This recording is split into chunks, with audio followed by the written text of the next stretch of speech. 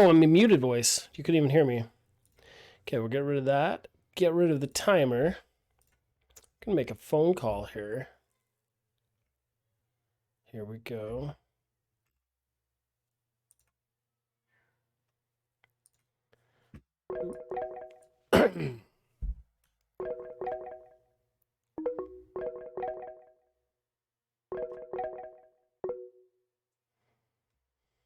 Hello.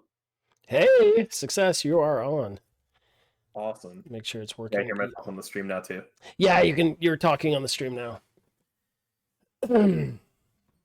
Chef hat checkpoint. Love it. Yeah, welcome to class, everybody. Can you get a chef hat checkpoint? I can. Well, if I do a cooking stream, I will have a chef hat. Welcome to the stream. So, what was I going to say? Yeah, if you are a member of my class, you already know the drill. We're talking about emotes, overlays, branding in general today.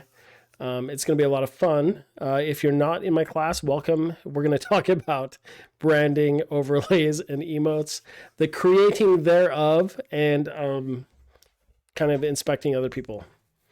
So let's kick this off. So, Cable, do you want to introduce yourself? Yeah, hi everyone. My name's Cable. I've been a Twitch streamer for a little over 9 years at this point. I've been around since the early days of the website. I've also been an affiliate since it launched. I have no experience in making my own overlays and emotes, but I have gone through quite a few of both of them in the time that I've been on here. I don't. I'm going to be honest with you. I don't have a lot of experience either, but that's going to be the fun of it. So I'm pretty sure we can create some overlays, some emotes, and some branding. But let's talk a little bit about Twitch branding. And for my students in the chat, please chime in as well, and we will do our best. Especially Cable, if you could help me keep an eye on chat. A lot of my dual monitors is going to be on other content, so it's hard to keep up with the chat. So Sounds good. feel free to help read what's going on in there. Right now, they're currently just talking about macaroni and cheese, so Yeah. we can kind of skip that. But feel free to talk about macaroni and cheese in the chat. That's what it's there for. I would highly recommend not putting too much milk in the mac and cheese next time. Yeah, it's the perfect amount of milk and butter, and then you have to like simmer it so it all kind of congeals just right. And no joke, when you're done, open up a can of tuna, throw that in there, mix it in. It's my favorite. I didn't even know you could do that. Yeah, my wife thinks it's disgusting and actually has to leave the house when I make it, but I like it. Pastel Nave just said, "Hey, professor, do you have a lot of viewers that aren't your students?" Probably not. Probably none of them. But you know, I actually don't know It's which. always good to be prepared. I actually don't know which ones are my students and which ones aren't, of course, because of the usernames. I know a lot of them. I know a lot of my students because they're very vocal in the chat, and I've talked to them like Plugged In Gamer and you know Cable and a lot of other ones. So I am just gonna assume it's a mix of students and anybody. Okay, here we go. So let's talk about branding. Cable, how important is branding on Twitch? I'd say it's fairly important. Generally speaking, you'll see a lot of the larger streamers have, custom overlays. They have a name they go by on all their different social medias.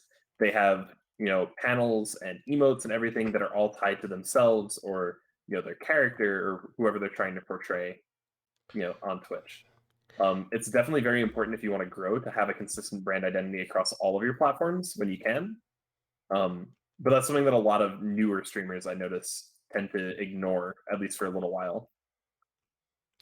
Awesome. Yeah, it's true. When you first get sorry. Dang it, stop. I was trying to go. Okay, there we go. Got it fixed. Okay, no, it's true. And for those who aren't in my class and anyone else, when we start this class, we start that first 10 streams where really it's just cutting your teeth on Twitch, just hopping in, hitting go live and really not worrying about your branding as much. And that's probably a good thing because you're just trying to discover who you are, figure out what's going on. And then by the time you get to your stream number 10 to 20, you're starting to figure that out. And I think I would love to hear from the chat. Are you for those of you streaming regularly in my class, and even those who aren't, are you guys feeling like you're getting a little bit more comfortable knowing what you like to stream? Are you coming into your own, or how's that working out? Are you any of you at that point yet?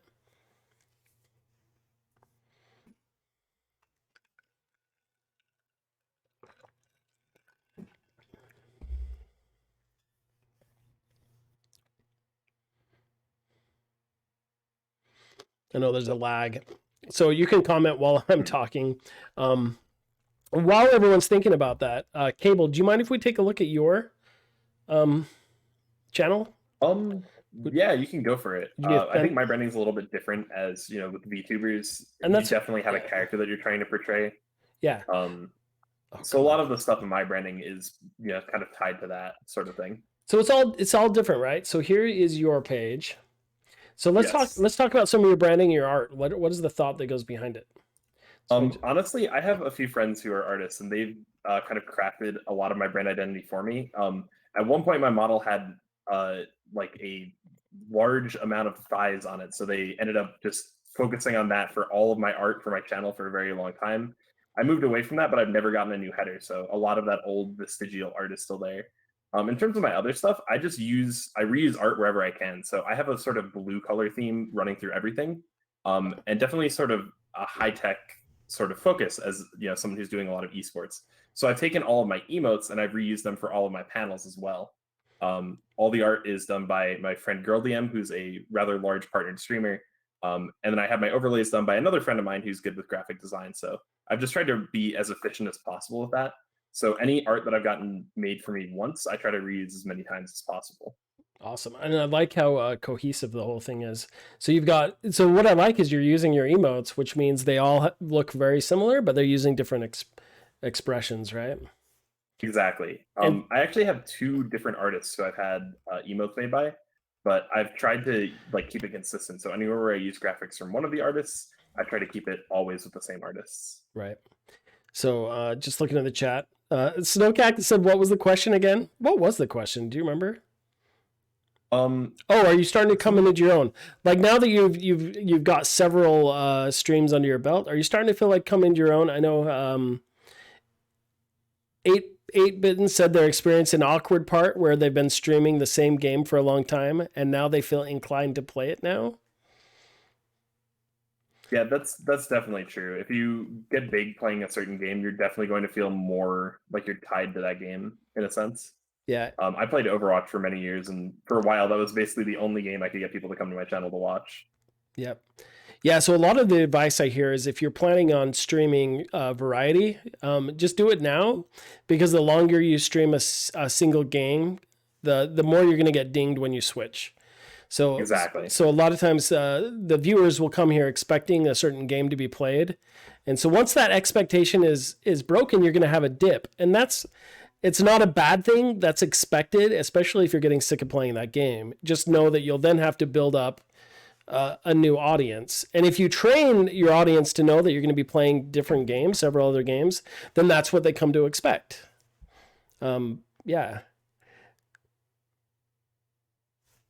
Yeah, for me, that transition kind of came when I moved to VTubing instead of just doing no cam streaming.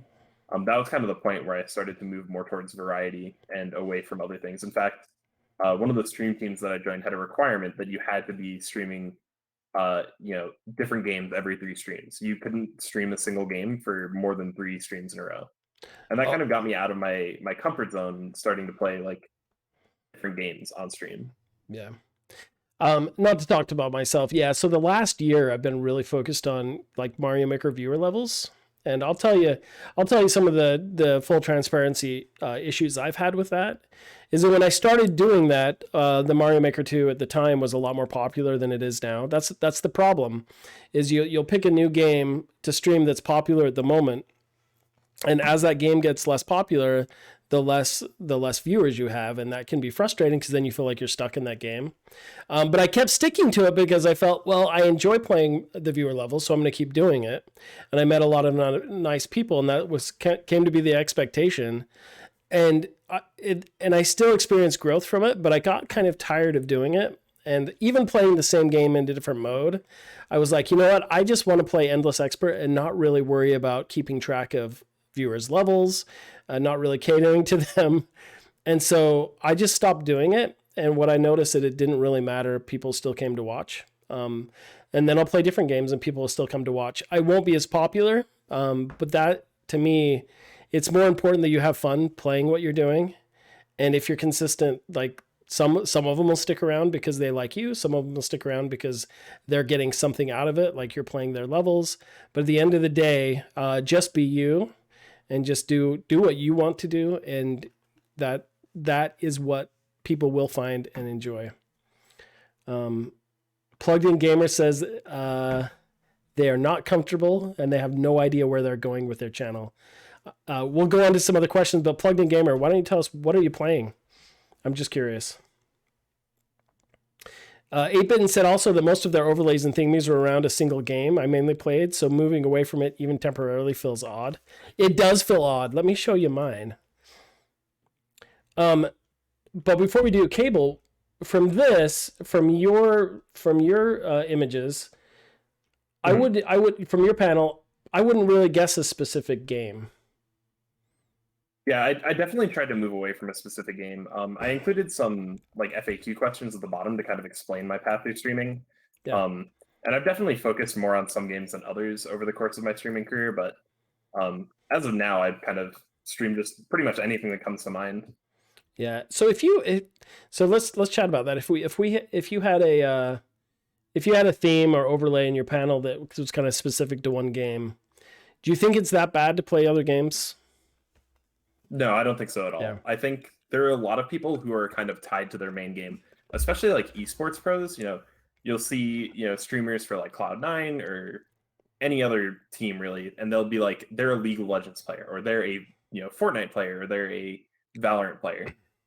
People like to watch them for their skill at the game. So if they play a different game that's in the same vein, not a problem. If they play a different game that's just entertaining, they'll still watch them just because they like their personality. I don't think it's necessarily a problem if you are tied to one game.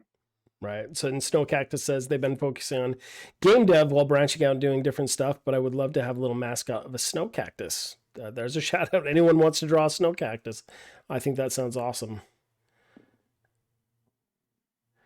Plugged in gamer said I played Minecraft hardcore, but I got frustrated with it, and now I'm doing Slay the Spire. Good for you. Switch around, have fun with it. Okay, so this was Cables. I'm just gonna click on one of your socials. I'm gonna click on Twitter. I'm gonna see how well it matches your theme, just out of Uh, curiosity. Let me check my Twitter really quick. Do I dare? Okay. Probably. Or your YouTube. Can I click on? I haven't updated my YouTube in a while. I think my Twitter is fine for the most part.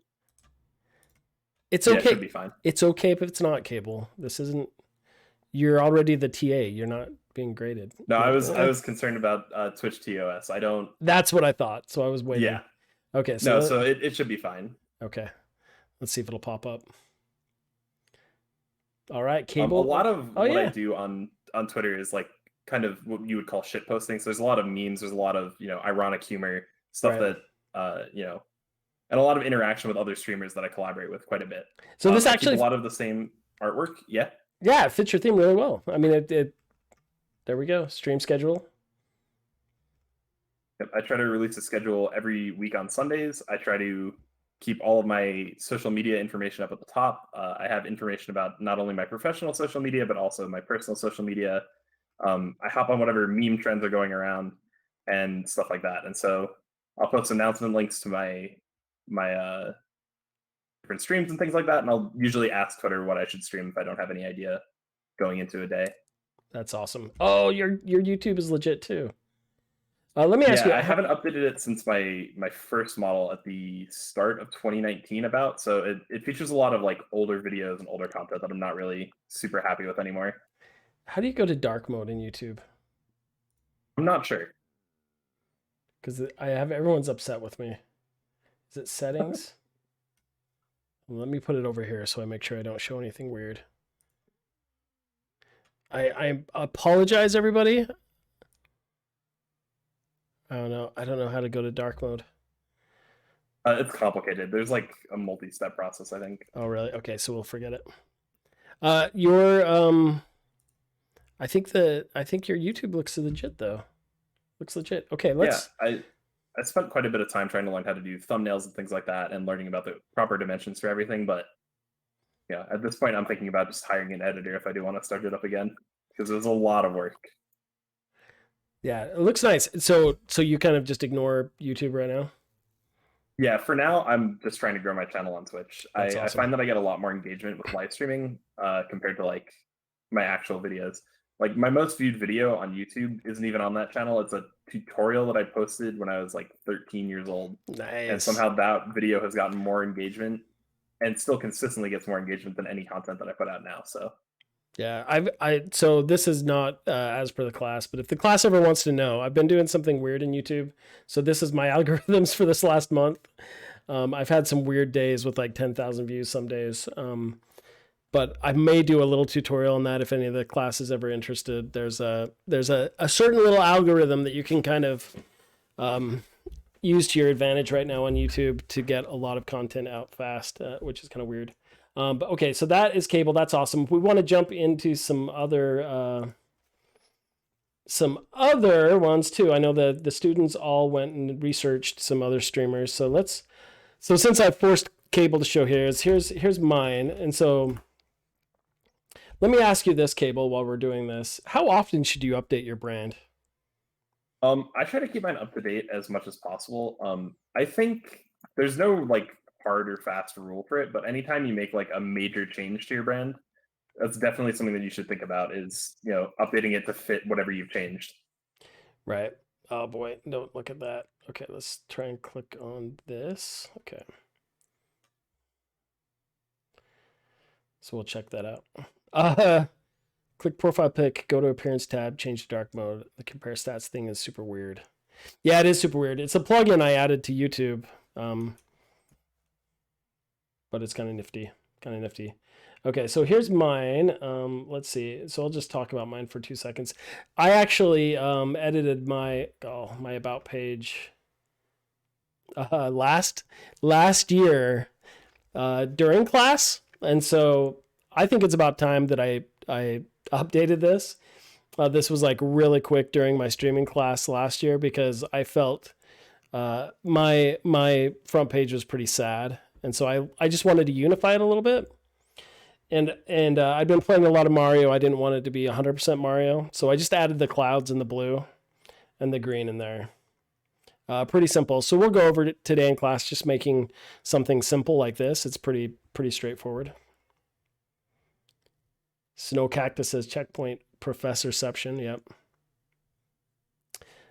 Appearance pad. That's good. Okay, I'm just checking up on the chat. But I tried to keep it all kind of simple, and I think even me, like my schedule, I think is off. So a lot of Yeah, stuff. one of the things you might want to look into is there is now a built-in schedule system on Twitch that will notify people when you go live or when you're scheduled to go live. Right. Which I noticed that a lot of my friends have started using to kind of schedule their streams. I haven't looked into it myself, but it's definitely improved their engagement, I think. So technically, actually, I am using that, but it's Oh, not. Notice. So I have it updated on Twitch itself, but I evidently have not put it on the front panel, which I totally, interesting. which I totally should. And it's actually pretty nice. Well, we can talk about that later. But there is a scheduling built in to Twitch now, and what's nice about it, Aiden, is you can like just click take the week off or Hmm. anything like that, and it'll Oh, that's it, nice. it'll take that week off. But just like you're doing on Sunday on Twitch, you can just set those reoccurring days to just always be on, and you can set there's a lot of parameters in it. It's actually pretty darn handy, to be honest. So that's something I should actually look into readjusting. So that's my boring page, and like I say, I keep it pretty simple. But yeah, I like to have all my Twitter, Facebook, Instagram, and YouTube stuff all hooked up there as well. But in this class, let's talk about some of the before we get into making some overlays for the class. Let's check out some of the streamers that you all looked at and talked about this week. So I'll give the in chat share a link to one of the streamers you want us to check out, and we'll look at it and comment on it. Who has an amazing Twitter or Twitch branding profile.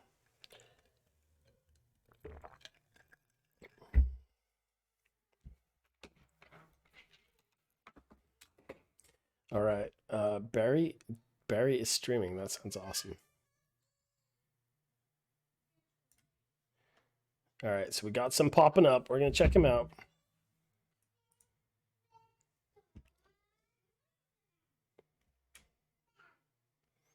Here we go. Barry is streaming. And need to make sure that this is paused. Don't want to actually watch it. All right.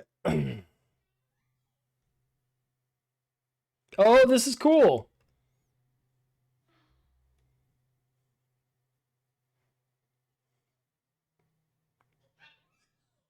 So Barry is streaming. So if you just looked at this, what kind of streamer would you think this is?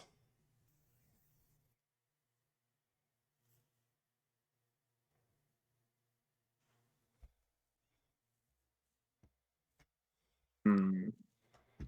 My initial thought is art streamer, honestly. Mm. From the kind of look of the panels, it looks like definitely someone trying to show off their own personal style.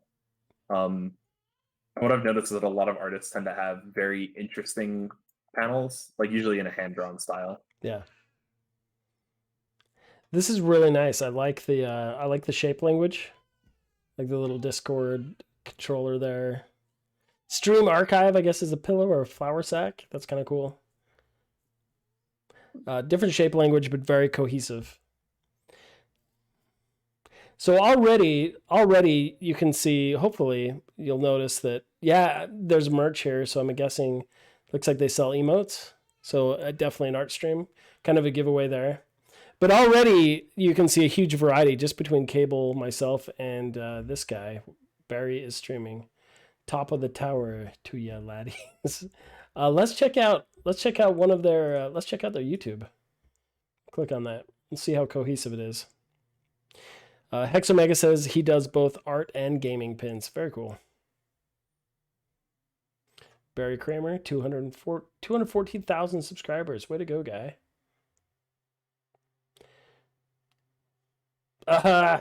So you can see very cohesive. That's pretty awesome. A lot of his drawings he does, I guess. Very cool. That's very awesome. Okay, let's check out another one.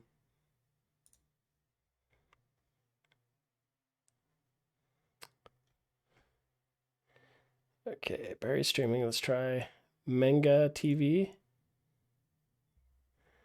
I am the only Jenga streamer. What?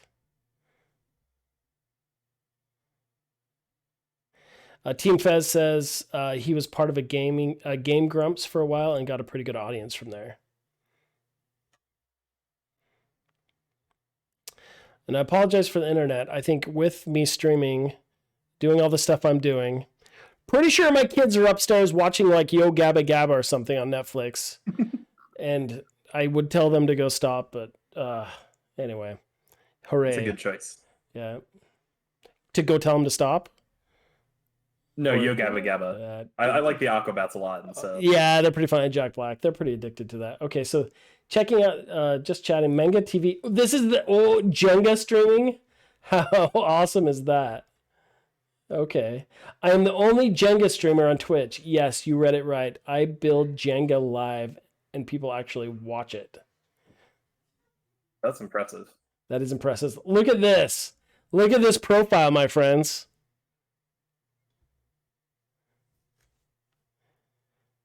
I give up. This is beautiful. It's a thing of beauty. So he's got a Reddit and a YouTube. Viewer leaderboard for gifting subs. Wow. And the Jenga leaderboard. That is awesome. So highly effective, right? So we were just talking about this in class, right? Not playing the biggest games. Yeah. This guy's pretty popular playing Jenga.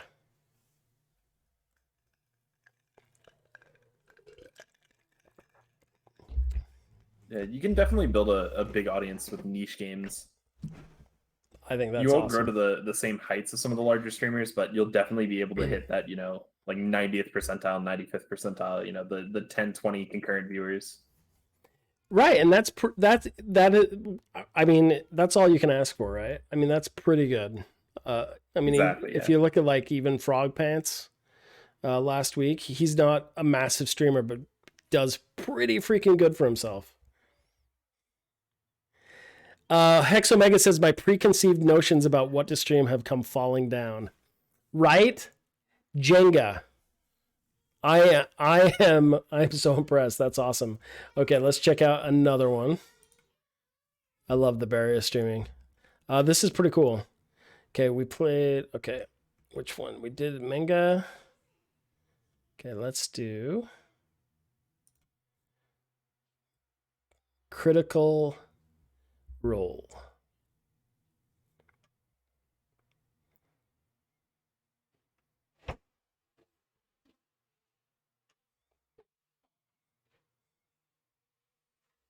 And hopefully make sure the streamers you send me are safe for work, which I think most of them are. I'm just saying. Okay, Critical Role. Oh, this is cool. 702,000. Let's check out their profile.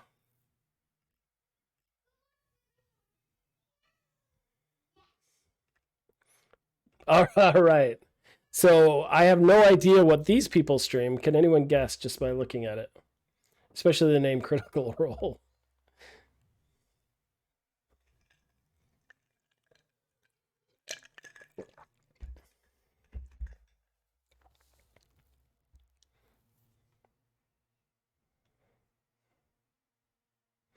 Oh, D&D surprise! Oh, I had no idea. Hexomega and Snow Cactus just enlightened me. Dungeons and Dragons, that's awesome. So they're obviously very nice. So this is what I noticed on a lot of streamers' panels. I know this is a bigger group, but they also go for symmetry and like style. Like they have all the longer rectangular, the longer rectangle ones, and then the two below it, just to keep it all cohesive. Works out really nice, right? Definitely. Yeah, if you can get the text on the art, that's definitely going to help with your organization, especially if you have multiple like layers of panels. Yeah. So it's not just about the art, but it's also how they are organized for display. This looks very professional, extremely professional. Like they really care about their dice rolls, like a lot. Hexomega says that this is very similar to the D&D rulebooks. I would assume so. That makes perfect sense to me. And this is kind of like burnt paper, like it's old parchment that it's all written on.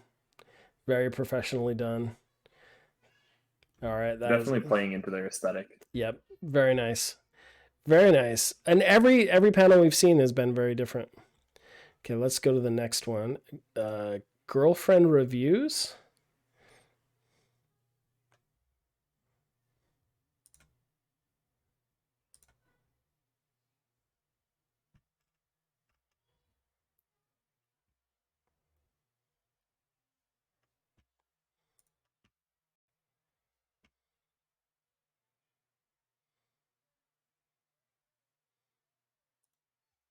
Okay, what do we have here? So girlfriend reviews.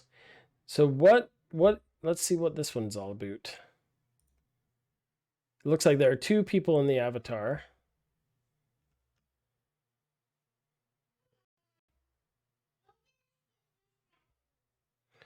And while we're looking at this one, I'm going to get the next one up.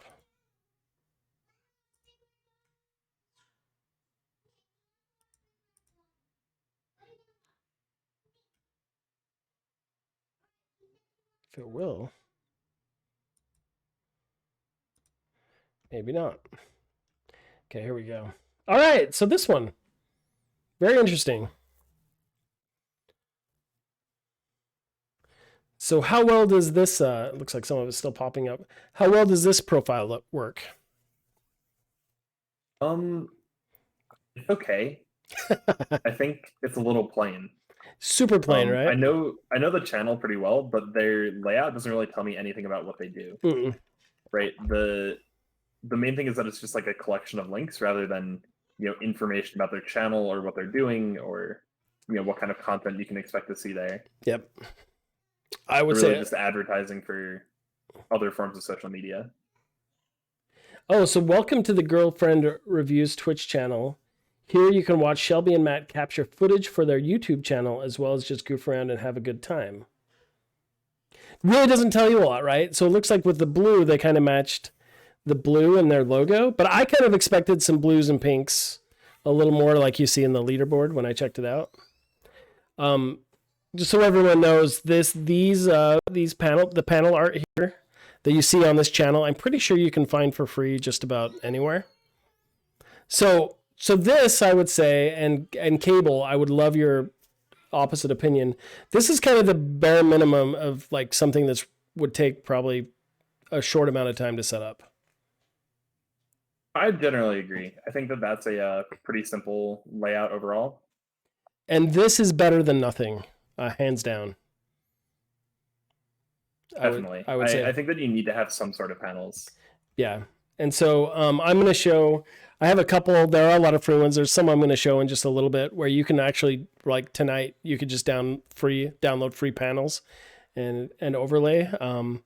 Yeah, this actually happened when Mixer shut down. A lot of artists created some like panel packs and stuff just to help people transition to Twitch. And so there's a lot of free stuff out there. But yeah, not quite what I expected. I'm gonna actually, I kind of want to check out this one though. So even with that panel, I just gave them a follow. I want to see what they're all about. 200,000 followers. They must be doing something right though. Obviously, they don't care about this stuff, and maybe they don't have to. They're partnered. It's super fascinating what people really care about. So yeah, I think a vast majority of their views are going to come from other sources primarily. yeah, it's interesting they actually come right and say this is that you watch them capture footage for their YouTube channel.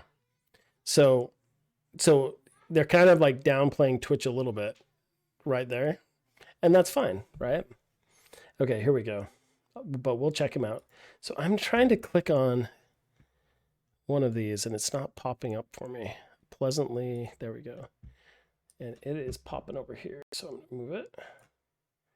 Pleasantly Twisted.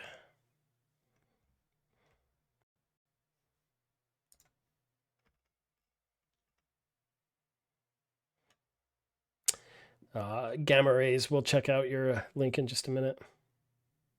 Hexomega said it has no personality. Yeah, it was very, very short on the personality side for sure. All right, Pleasantly Twisted. Let's check these out. Oh, interesting. This is cool. What do you guys think of this one?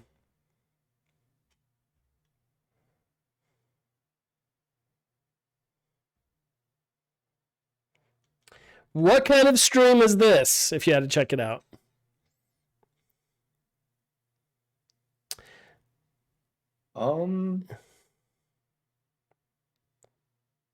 Hexomega says, I wonder if they like wine.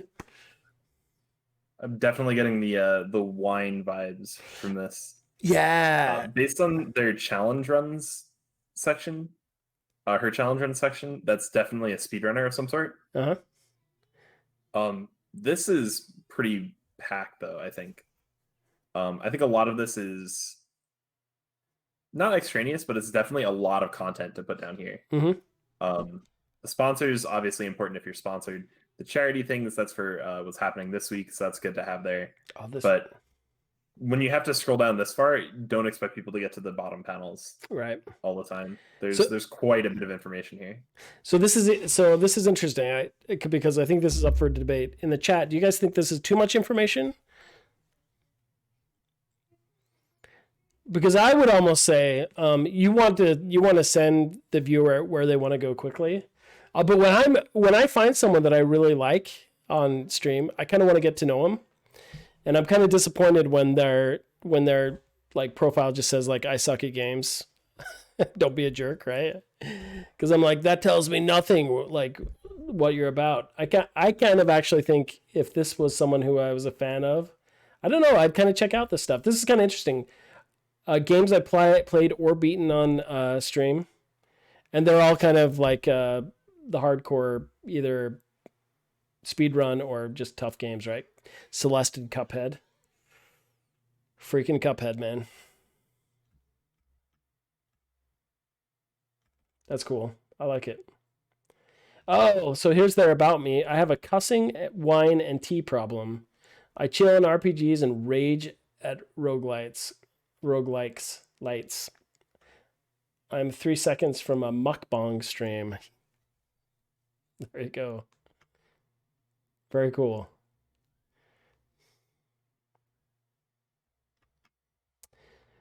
I think they could link to another place with more info, like Twitter or Facebook.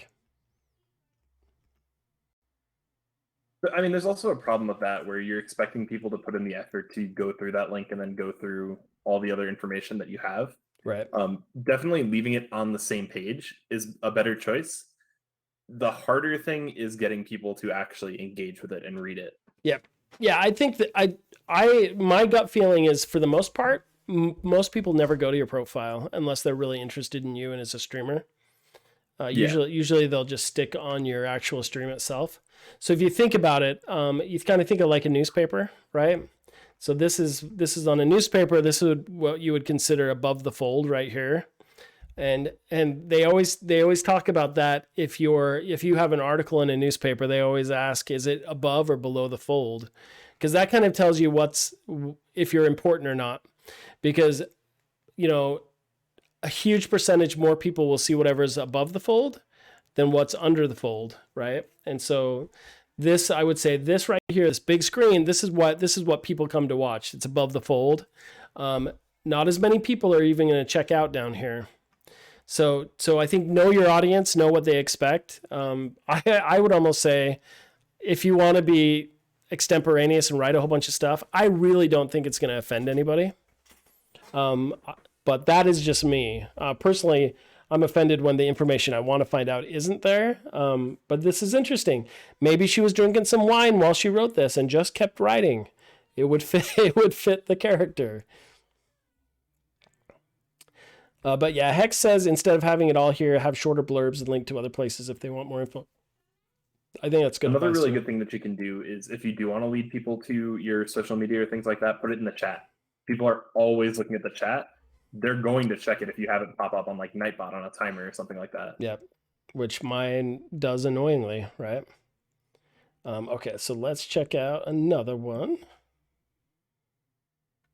So we'll check out a couple more. So Max Million Dude about. Okay. Unless does anyone have a streamer that they'd really like to share?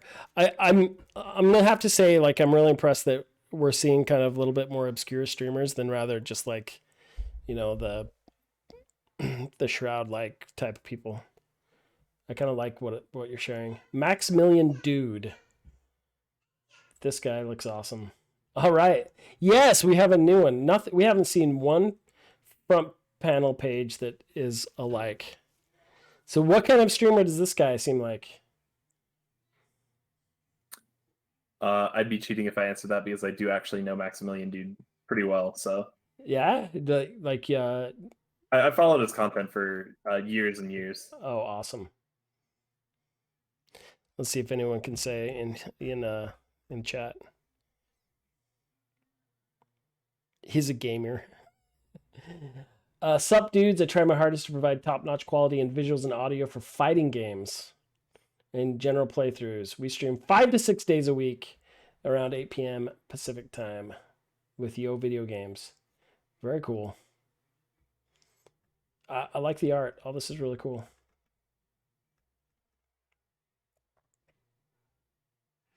Max Million Dude. Live stream of hype. All right. Dude, he just got it. You guys are just getting me to follow people. Yeah, his content is really good. I remember following him like years ago when Marvel vs. Capcom was still really a thing. Now he just plays like every sort of fighting game. If you click on a video, he has a startup to the stream. Okay, we'll check it out.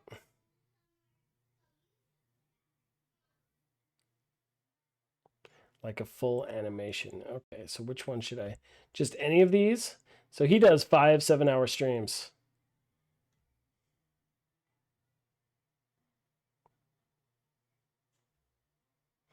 All right, here we go. We'll just click one. We'll see if it shows.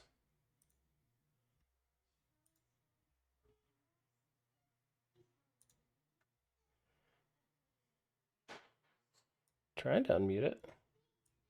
My PC is lagging. Hopefully it's okay on the stream. And it's not. It won't even unmute for me. But I'm assuming this is a startup and I cannot unmute this thing.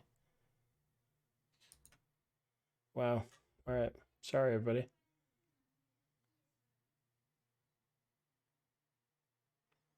Look at all these viewers. 105,000 views on this. He's that Maximilian dude is that epic. He's got PS4s and Elgatos and consoles. I don't think this probably isn't even his animatic yet. It looks like there's his animatic. Right here. Okay, sorry about the volume. We don't have any. Yo, video games.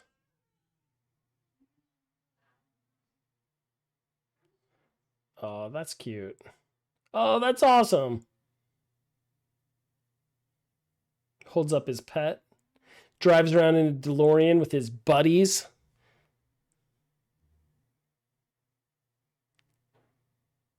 Does he do the art too, or is this? It looks like it was commissioned from a team, probably.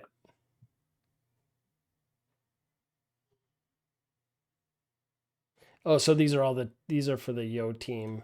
These are all the peeps. I'm told he outsourced this on Fiverr.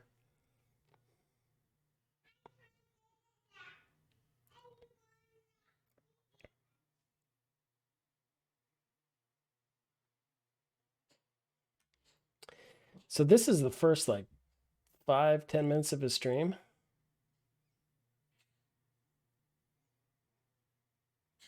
That is pretty epic. Okay, we'll move on because it won't play the full thing. Okay, we had a couple more. I'm not going to click on Twitch Plays Pokemon. I apologize. Let's try this one. Cricken.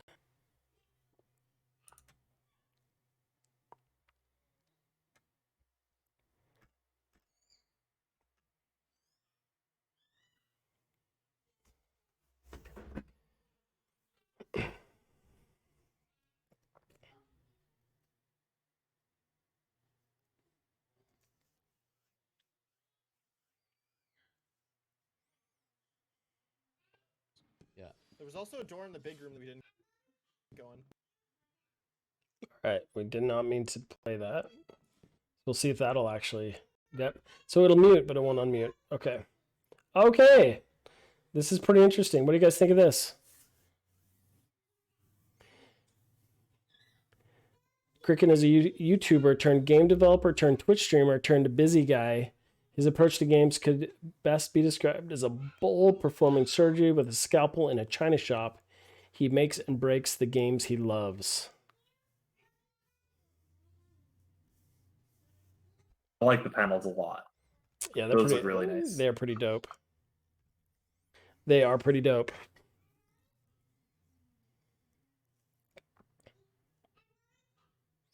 Plugged in Gamer says, wow. So I'm going to, just out of curiosity, nah, I'm not. Okay, are you ready to start making some panels of our own? Are you ready? Yeah, why not? Let's do this. Okay, so the chat's gonna help us out with this. So I think the first thing I'm gonna start with let's start with a panel. Actually, before we even do that, I want to talk a little bit about color. So if you notice a lot of these, we didn't really talk about the color choices in there. But one of the things I want to talk about with the class is how important color choices are. And so I had a couple images I want to share. Let me see if I can track them down right here really quick. Grab this. Okay. Okay.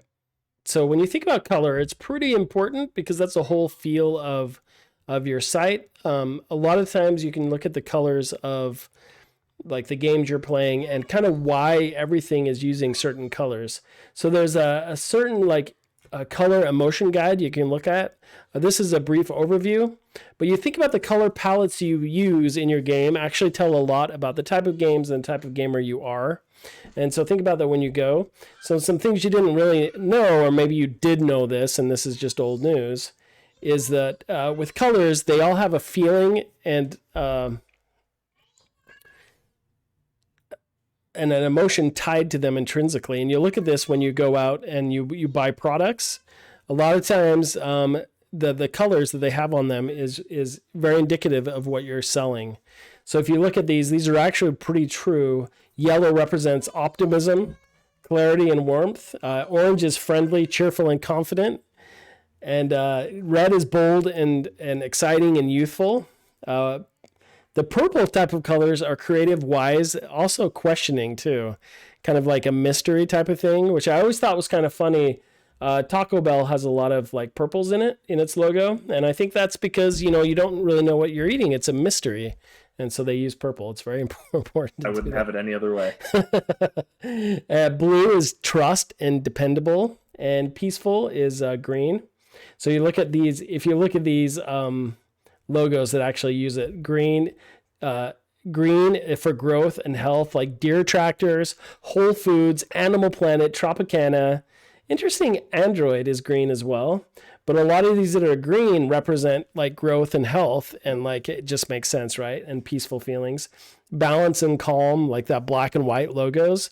They have like this contrasting balance to them, and they feel kind of strong and calm, right? Snow Cactus says, rest in peace, I had Taco Bell today.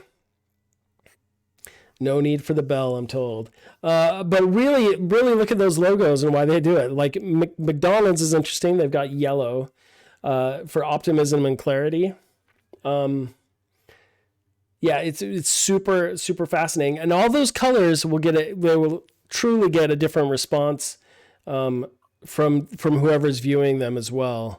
If you'll notice, if you ever go to YouTube and actually look at a lot of thumbnails, pay attention to the colors they use, because people that know what those colors mean, they regurgitate them nonstop.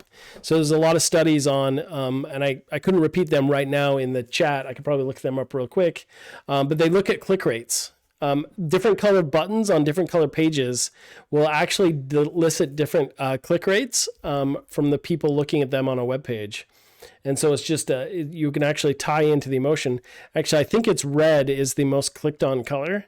So if you really want something to stand out and be clicked on, red is a strong emotional color. Excitement, like I said, youthful and bold will get you to click on it. I'm actually running a study on my YouTube channel right now where I'm doing a series of shorts, like really short videos. They're kind of like TikTok videos of the gaming. And I'm actually recording several of these like 30-second videos. And the majority of it is a single color. So if you actually look at these colors on my Photoshop, these are the background colors I'm using on some shorts. I have one that's red too, and a stronger yellow. But I'm creating like 30 or 40 of these and posting those and kind of studying the click rates on each of them and see which ones are clicked more just based on the colors. Because other than that, they look exactly the same. So far, I've only done yellow and blue, and yellow is winning by far and wide. Like the yellow black backgrounds are just clicked on a lot more than the blue. So I'm just kind of looking into that. 8-Bit says the YouTube philosophy. Yeah, so it's really fascinating the emotional effect that color has on people. Of course, if you're colorblind, it's a different effect, but the majority of people are actually influenced heavily by what colors they use. So definitely, as you are creating your brand and what you want to do, think about the colors especially. And if you need a little help doing that, there's some tools that can help you do that. So I wanted to share some of them. This comes from the art world, but one of my favorite tools for finding good color palettes on the internet is this one, and I'll share the link later. But it's the color.adobe.com. It's the Adobe Photoshop like color wheel. So if you know anything about color theory, we talk about this in my concept art class, but you have analogous colors, monochromatic colors, triadic colors, complementary colors, split complementary, double split complementary. It gets pretty complicated. And so Adobe has actually made this pretty awesome tool where you can choose a color and then figure out which colors are analogous to it, monochromatic to it, complementary, etc. So you can pick a color, like we'll pick this like pink. You can actually grab the colors around these and it will pick like an analogous color palette. Or if you want to go for like complementary color, it will automatically pick that for you too. You can just kind of scroll it around the color wheel and you can get these color palettes that are complementary. So if I wanted like a red complementary color palette, you know, I could pick something like this, and then I know that I've got these tones of red, these tones of green, and they're complementary. If we want to talk like kind of like I was saying, like do something a little bit like triadic, where I wanted maybe some yellows and maybe some reds, I could play with that too and kind of play with different tone colors. So that one is a pretty good handy tool. I'll share the link with the class as well. And there's this other one I discovered called coolers.co. There are a lot of these palette choosers, but this one is like just touts itself as a super fast color palette chooser. You can actually grab like an existing picture or maybe a box art from a game you play, and you can actually import that. But you can just start the generator too. You can explore trending palettes that are really popular. But what's kind of fun about this one, plugged in gamer, those are some serious emotes there. We'll see if my internet's having an issue. But this one's kind of cool. You can just generate new ones or just hit the space bar and kind of, I'm totally messing it up. But you can flick through these color palettes, find color palettes you like, and then just use the hex keys on them to copy those off into Photoshop or something else. Kind of helps you decide a really nice color palette for your branding to help you on. And you can always change that later on. So Cactus asked, what emotion does black give? Let's see. Black is the lack of color. Let's see. Emotional color guide, black. I'm curious. I'm going to have to look. It's probably strong, I think. Black is like strong and powerful.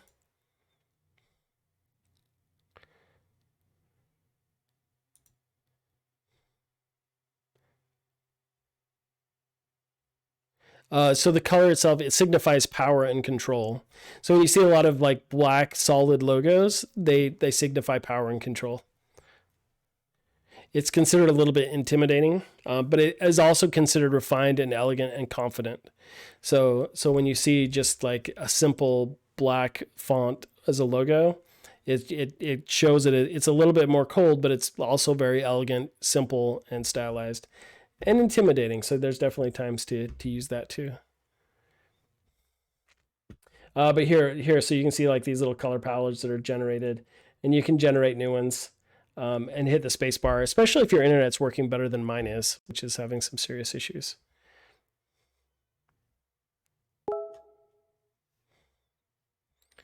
All right, let's see. Oop, showed that off again. All right. Oh, this one's kind of cool. So I think we're going to use this one. We'll use this one today for we'll use this one today for our for when we play around. Okay. So we have the hex codes here. If you write those down, you can plug those right into Photoshop. So let's do this. I'm going to go just so we can get cruising here.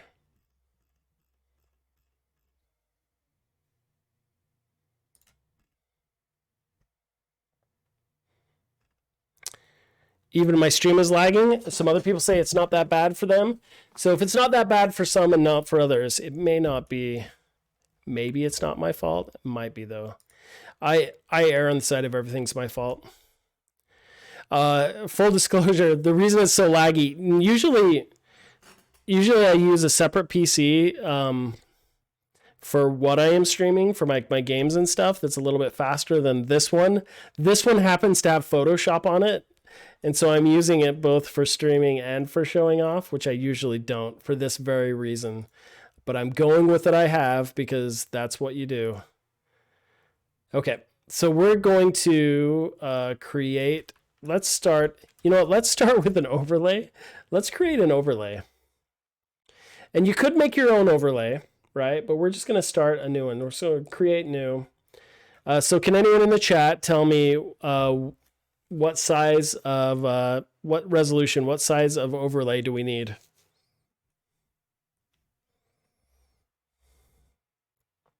Pixels by pixels. This one should be pretty obvious. It should be, right? I'm testing. Oh, Hex Omega.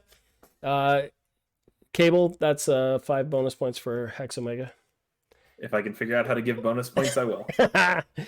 You're just supposed to say yes. Okay. Sure thing. 5 bonus points. There you go. 1080. Yes. 1920 by 1080. So we're going to hit OK. We're going to create that. Yeah, we'll hit create. So here we go. So for everyone that's wondering, that's the screen size. And watch this thing chug. Chug it. So here we go. So here we're going to create our overlay, right? And so we want it to be, Hex Omega says, yay. We're going to do this really simple. This is going to be Checkpoint Professor's new overlay. And we'll actually put it up on the screen here. I'm not looking at any other overlays. So I'll just ask the class, what do we need first? I think I know what I'm going to do. We're just going to goof around. There's no wrong way to do this. Well, maybe there are. There are wrong ways and then there are wronger ways, probably. So I'm going to create a new layer. And this allows me to actually delete the background layer and have something that will be transparent. And I'm going to create another layer just for a safety net behind it. And so I'm making sure I'm not coloring on a base letter. So let's start with some of those colors we talked about. So if I double click this color palette, I can look at that color palette that we added on earlier. Let's save this over here. Okay, look at this color palette. We're going to have this be like orange and blue. So if you look at those hex colors here, where is it? So here's the code I can punch in. So we're going to look at that blue, that dark blue, just for the heck of it. 054 A91. Okay, so that is that blue that we looked at. And then I'm going to add that orange as well. I'm going to do something weird. I'm going to do a gradient. I don't know how this is going to work, but this is all experimental anyway. So F17300. Okay. And so if you can see over here, I'm going to slide this over. I got that the blue and the orange on the far sides. I don't know what I'm going to do with these. We're just going to have fun with it.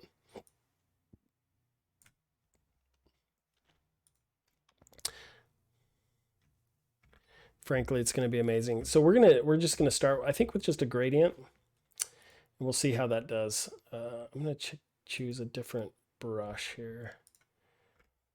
Okay. We're just going to do a gradient on this and see how that works. There we go. Oh my goodness. This is barfy. We're just going to do it though. So those are those two amazing complementary colors. This is going to be the start of probably the most beautiful overlay that you're ever going to see. Use to make it, we need a dinosaur. Okay, so what we need, essentially in an overlay, we just need a place for the screen to be, and we need a place for, first of all, a place for me to be, right? So here's how I think I'm going to start this out. Aiden, this is kind of funny because I don't make these either. I've never made one. Okay, so I'm gonna go back to blank. Let's box this out first. So I'm just gonna choose a 50% gray, and I'm gonna decide. Right now, I'm gonna use this as an outline. Make a dinosaur, or you'll begin yelling. Okay, we're gonna start with an outline. So what I need to do is say where the screen is gonna be. Right, and this 1920 by 1080 is the screen size. So basically, we want to use that equivalent for another box here, right? So I'm going to create a box. Actually, what I can do, let's do this. This will make my life easier. For this aspect, I'm going to actually duplicate this one. Actually, sorry, just tell me to be quiet really quick. I'm going to actually fill this in gray. And this actually makes my life easier. I do anything I can to get out of doing math. So I'm gonna make this overlay with just a gray box. This is going to be my template so I can decide where I want the screen to be on my overlay. And what I can do now is edit free transform or Control T.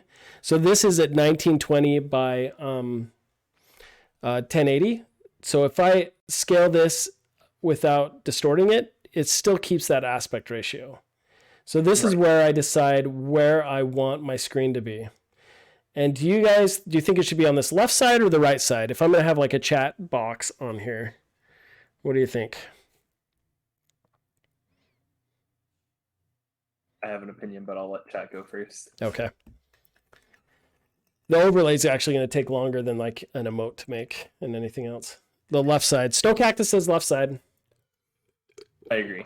Top left is usually where I see it. Okay, chat box on the right. Fair enough. So we're going to leave chat box on the right.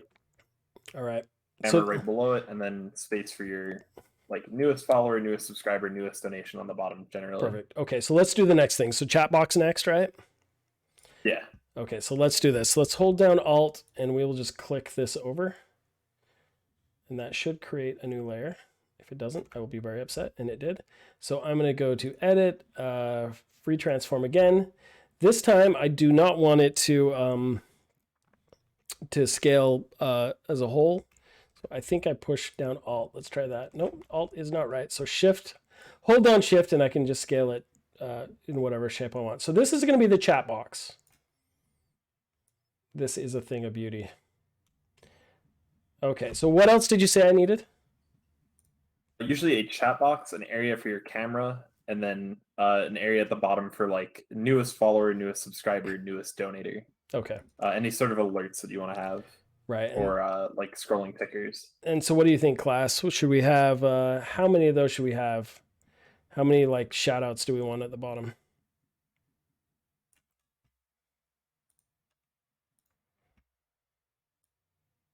Oops.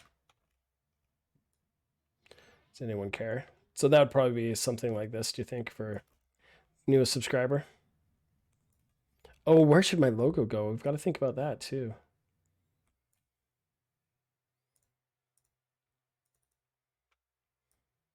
So here's a little teaching trick. If you create something, ugly for your class, it gives them confidence that they can do something good. So that's the philosophy we're going with. Actually, we're having fun with this. If I really wanted this to look good, I would not do it on live stream, having never done it before. So this is fun. Okay, so these will be the spots for my chat dialogue. So here's my question. So with the chat and the newest subscribers, I don't need to be able to see through that, right? Those are actually something that will sit on a background. So the question is the gray background okay, or do we want to do something darker or lighter? What's your opinion? I think gray's usually fine. As long as it's legible, all the text and everything on there. Okay. It's not really a problem. Okay, so let's do this. Before we do this, so now we want to do the camera box, right? So something weird might be fun with this. Should we try like a circle, or should we keep it square? What do you think? You could try circle. We should try a circle. Okay, let's do that.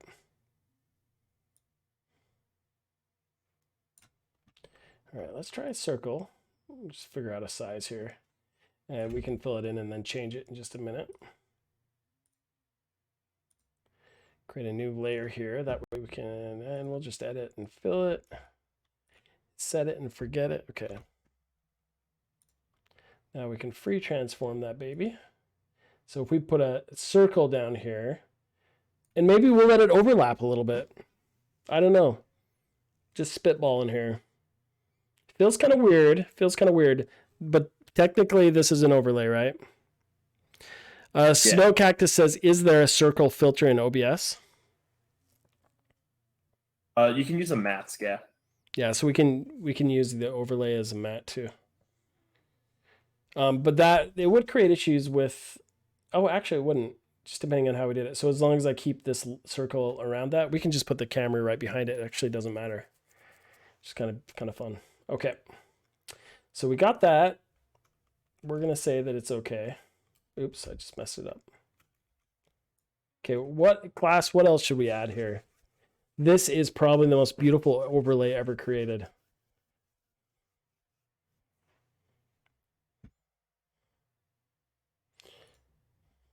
So we could, so do we usually have a text for like newest sub and that kind of thing, or does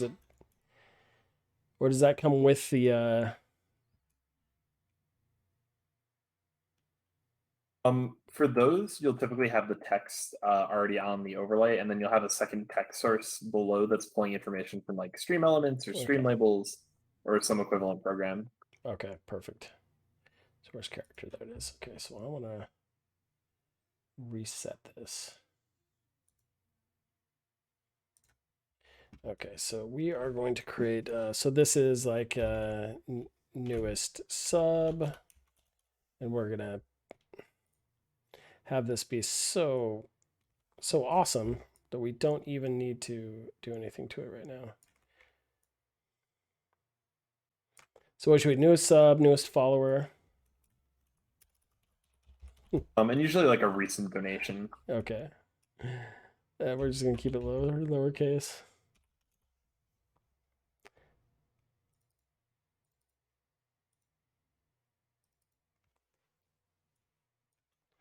Newest recent donation, okay.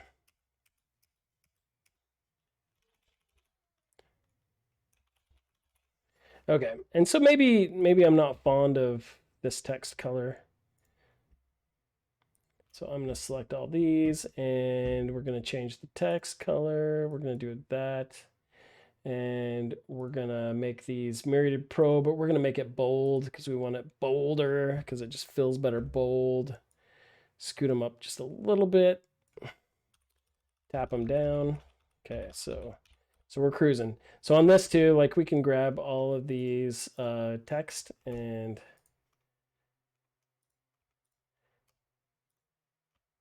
hold down shift, grab them all over, hit Control G to group them. Now we can do some blending options. And so if we want like some stroke or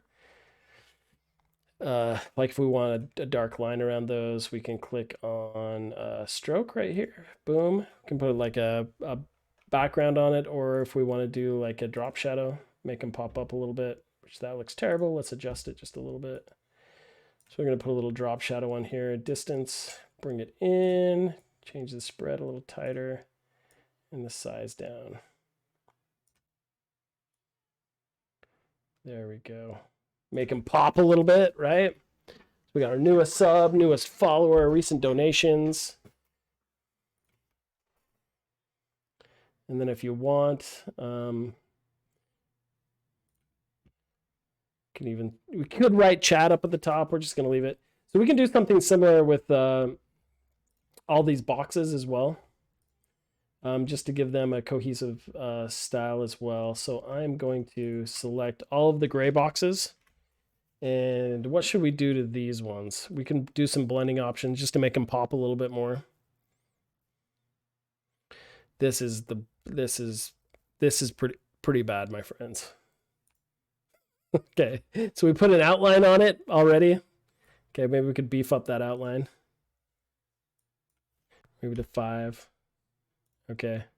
This is a start. This is a start, I guess.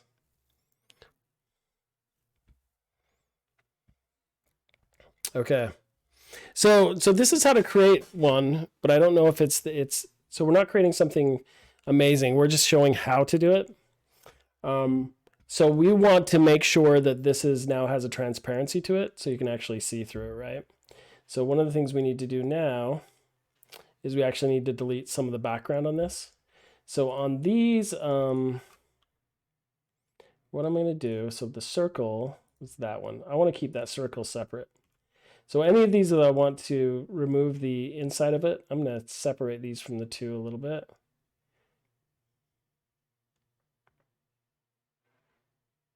So I'm going to select him, actually move him down and put that same filter on him. So I'm going to take that one. Blending options, put that same stroke on it.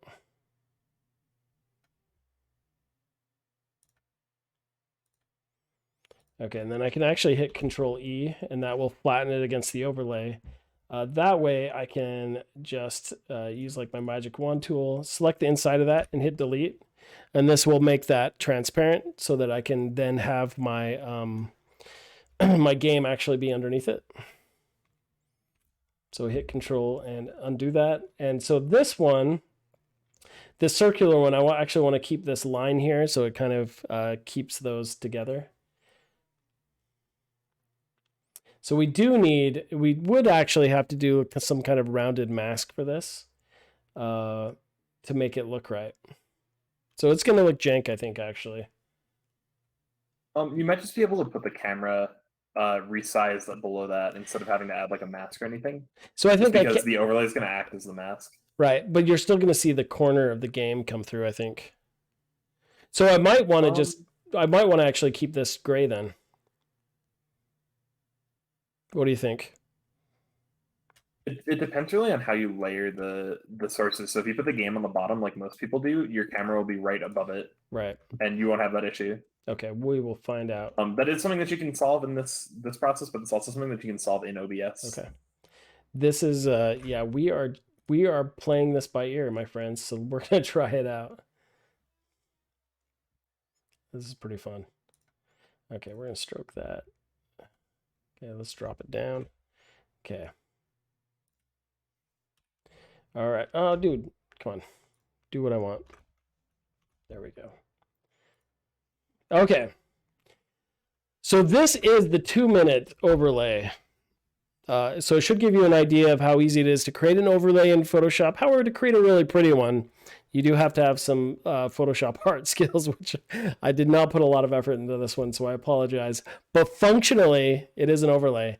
So we're gonna save this whole thing out. We're gonna go export, export as, and we're gonna export it as a PNG. That way, it has transparency to it.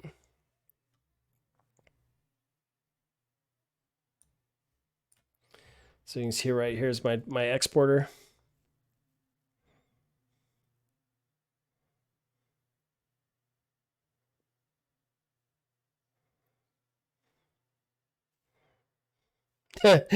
Snow Cactus says beautiful. Indeed, we're gonna put this in here and actually set it up right now. So this should be awesome. All right, so JPEG, we actually want this to be a PNG, so we have some transparency. Make sure transparency is checked. We're gonna hit export on this bad boy. And I am gonna save that to, I'll just save it to my desktop. And we will call this, what should we call this? We will just call this a overlay. It's late. We will call this overlay. Technically, we've made an overlay. Okay. So now I'm going to drag. Here you can see my OBS. Oh, and hopefully that hurts your eyeballs. So let's add this overlay in here. So we'll just hit plus. So we want an image. And we will create a new one. We will call this overlay.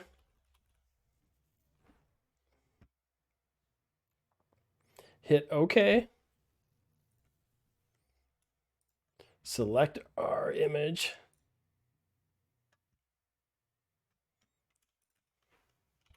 Which is called, conveniently is called overlay, and it's a thing of beauty too. All right, so let's do this. So here's my overlay, and I'm going to move this over so you can just see what's happening in OBS in real time. So this is awesome. This is like the overlay for like teaching grade school, I think. Okay, so Cable, what do we need to do next? Yeah, so the biggest thing is going to be moving your camera into the correct position, which is going to be that sort of bottom right area, and making sure that the overlay is your top layer, your camera's right below that, and then anything else that you need is going to be below that. For your newest sub, newest follower, and recent donation, you'll need to get a program like Stream Labels or something like that, and then you can create a text source that'll read from file. Yes, and maybe we'll do that on another one. So I've got me moved over to my little circle right here. Oh, you see my arm goes up through the corner there. So I'm gonna have to do. I'm wondering on this stream, how long would it take us to get this fixed? Do you think, where I can still touch through that circle? All you'd have to do there is just add a circle mask to your camera. Okay. So we'll do that really quick. We'll actually get this to work, except for the newest sub, newest follower. That stuff tonight is just for doing an overlay. I should flip my camera horizontally, I'm told. I should. So I'm looking off that way. Okay. We'll do that just because you asked me to.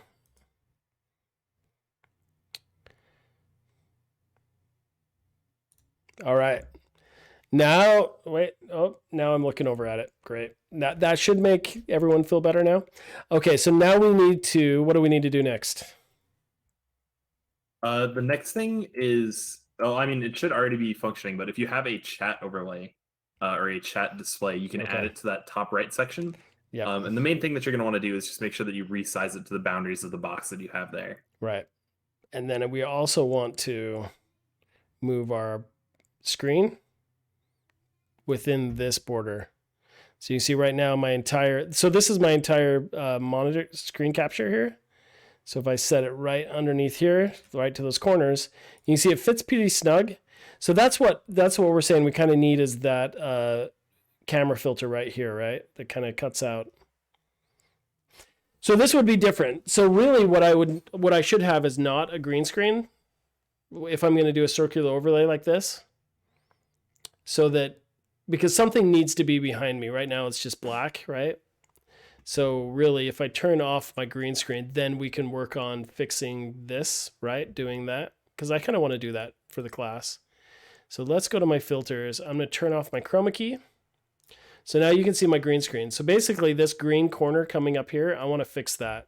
So you were saying I can do a circular overlay in OBS?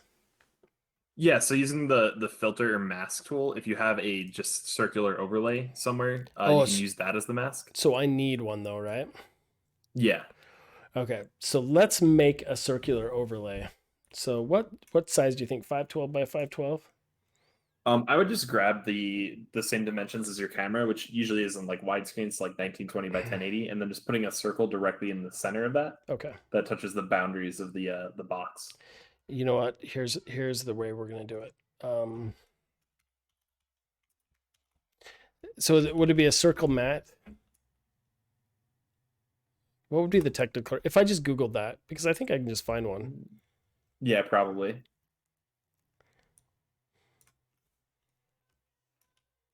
Circle mat screen OBS. Circle filter OBS. I bet that would do it. For something like that, you could make your own, but people have already done this for you. I guarantee it. I just clicked on a stupid YouTube video. Oh, here we go. So look at this. So I just Googled circle filter for OBS. So I could grab any of these. So this one is probably just right. I think this is probably just what Aiden was just talking about. And so if you can see, like, anything that's black is going to be, actually, I want to invert this, right? No. No, that should be correct. Oh, that should be correct. White's the area that's going to be shown, black is the area that won't be. Okay, perfect. Okay, so I'm going to save that to my desktop. Circle. Okay. So I'm going to open that in my filters then. So under filters, and we went over these filters, right, in class the other day. So we're going to choose another filter here. And so that was a crop pad, image key, scroll, mask, image mask blend. So that's what I want to select. So we're going to hit OK on that. And we are going to browse to that image that I just downloaded on my desktop, which is called Circle. Open. So that should cut that out. And so I should be able to fit this right into that spot. So if I hit close now, you can see that it's getting closer, right? So now I'm going to scale myself down. Interesting. To where I fit that. And so I had cropped off the top a little bit. So that is a matter of noodling this into the right position a little bit. And that's pretty darn close, but look at that. Look at that. There we go. Okay, this class has been how to make the most amazing A+ #1 overlay ever created for Twitch. I will put this for sale on Etsy. You can buy it for a nickel and you can use it. It's going to be the new thing, I promise you. This may not be pretty, but we did go over every step on creating an overlay, and maybe a little more with doing the circular one. The square would have been easy, but that's pretty darn straightforward. But actually doing the circle blend is a little more difficult. Mm-hmm. Someone just said, "Is there a way to change the color gradient so it doesn't have a gray stripe?" Where's the gray stripe? Oh, in the middle of it? There's sort of an area in the center, yeah. Oh, yeah, I'm sure there is. I think there were some settings there to fix that. Plugged In Gamer still wants his dinosaur. Like, did you want me to draw a dinosaur, or did you want me to put a dinosaur in it? And also, are you calling me a dinosaur? Is that the inside joke? I think he just really likes dinosaurs. Okay. Then I think you should get it. And one other thing with overlays, if you do decide to make your own, don't be afraid to kind of experiment with other types of overlays. This one's definitely a very robust overlay, but you can also do much more minimalist versions. I personally, I don't have an area for my camera. I don't have a chat box. I just have an area at the top that says newest follower and a person's name, because I want my game to take up the vast majority of the space. Yeah. But it's entirely up to you what kind of style you want, and Yeah, and since what affordances you need. we're talking about that, it also depends on exactly what you're saying. Scott kind of mentioned that he does more overlays. He doesn't like dealing with a green screen. I think at one point in Twitch history it was very popular to use a green screen. Now it's more people like to see the vibe. They like to see what's going on in the background, and so they kind of moved away from those. As well as when you have a green screen, you're taking some of the game's real estate away. So it really depends on the type of stream and the way you like to do it. So for me, I'm a lot like Cable. I'm a minimalist. I actually don't like having my chat on the screen. I like having very little on the screen, just me in the game. And kind of for that same reason, I like the real estate. I see a lot of people in all genres who will have a big spot for those. The thing that always bothers me is you have all this wasted space through that, but it really depends on your aesthetic. Mm-hmm. Some look better than others. If you look at someone like 3D Mentor, for example, he did the exact same thing I did with the circle, but he cut out his little logo shape, right? And he doesn't have an overlay per se. That is his overlay, is that cut out for his logo, and he's inside it. And then I think he has just a band along the bottom that has his most recent subs and some information. And I think a black square for the closed captioning he uses. So form follows function with an overlay. It really depends what you want to have, the functionality you want to have with it. That kind of dictates what kind of shape and size and scale and all of that stuff on it. And it should reflect your personality and your color.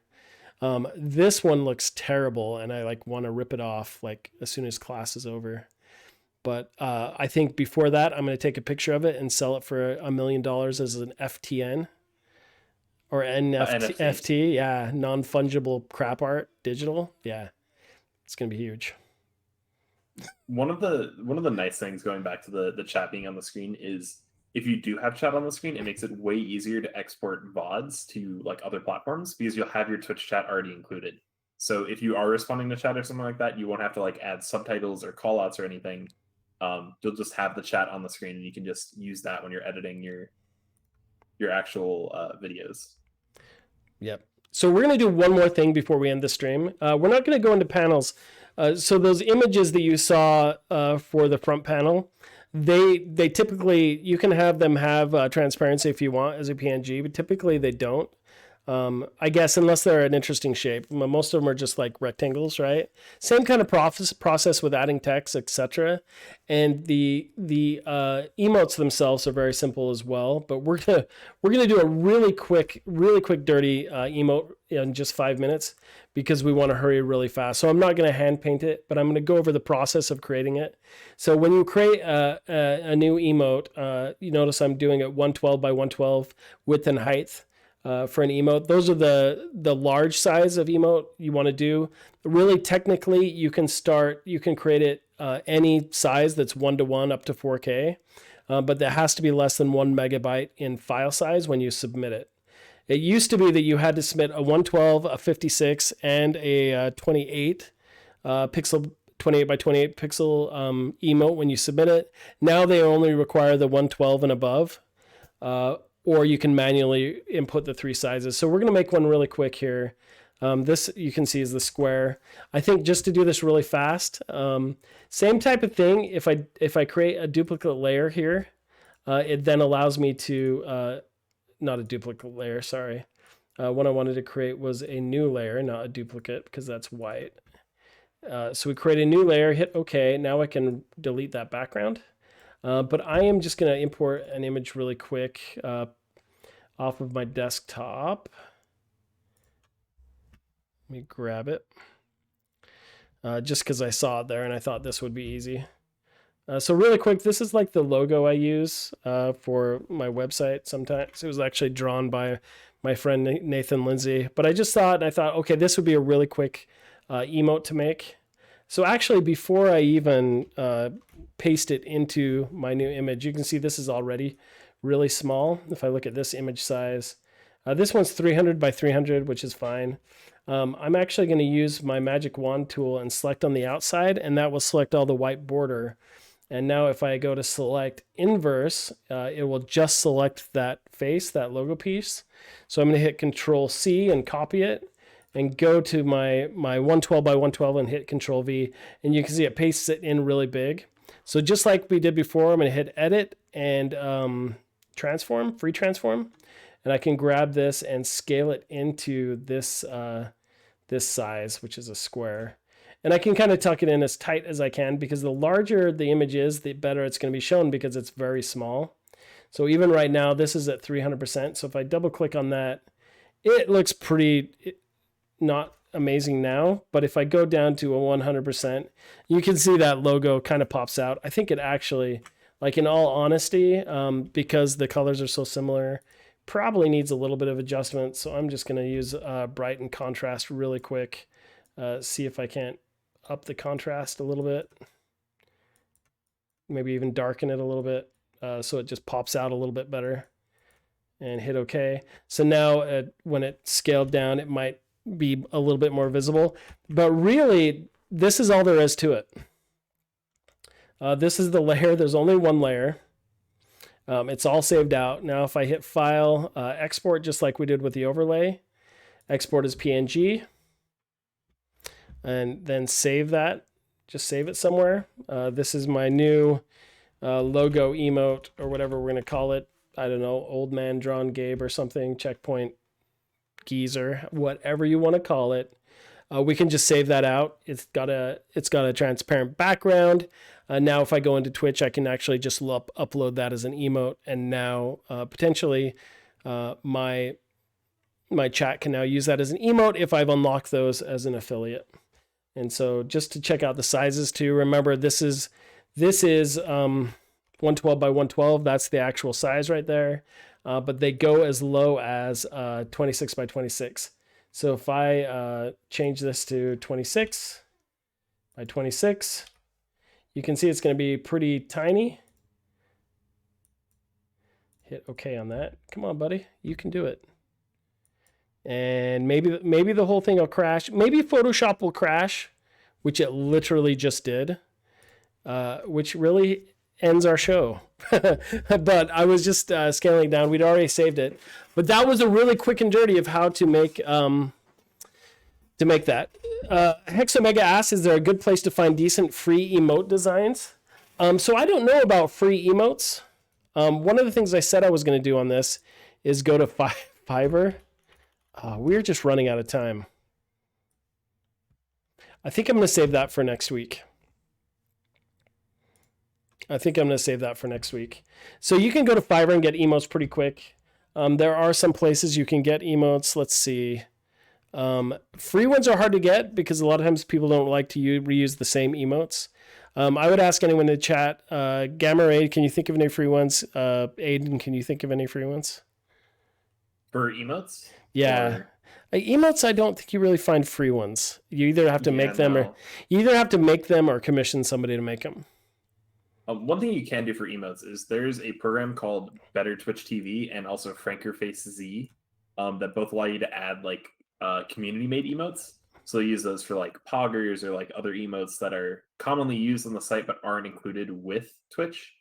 In terms of free overlays, I think Streamlabs has some. Yeah. If you use Streamlabs OBS, you can just add some like immediately. But in terms of like free overlays, I haven't really looked. Yeah, Gamma Ray had posted, what was that, nerd Gamma Ray's channel. She posted some. Do you still have that link, Gamma Ray's? Here we go. So this is one that she'd posted. It's a Twitch panel maker. Oh, so look at this. And these are the cable. These are the ones we looked at. Fine. These are the ones we looked at before. They were kind of like that. Generic ones. So you can have these free-made panels right here, and there are probably some overlays here as well. In Discord, we should share kind of a resources page with this kind of stuff on it. I had found one while I was looking. I'm going to write this down really quick. It's this Twitch streamer. She does art as well as branding stuff on Twitch, and seems like, I'm going to see if her stuff is still here. She had done some resources here. Like she said, this is one of the ones I was reading. It said, in light of the recent Mixer shutdown, I'm offering this panel set optimized for Twitch, completely free, in order to help new streamers who need a fresh start. Also, I'm offering discounts on all custom work for Mixer streamers moving over. And so like things like this you could use where they so a lot of people just give free panels, where honestly something like this is better than nothing, and it can kind of get you cleaned up really fast.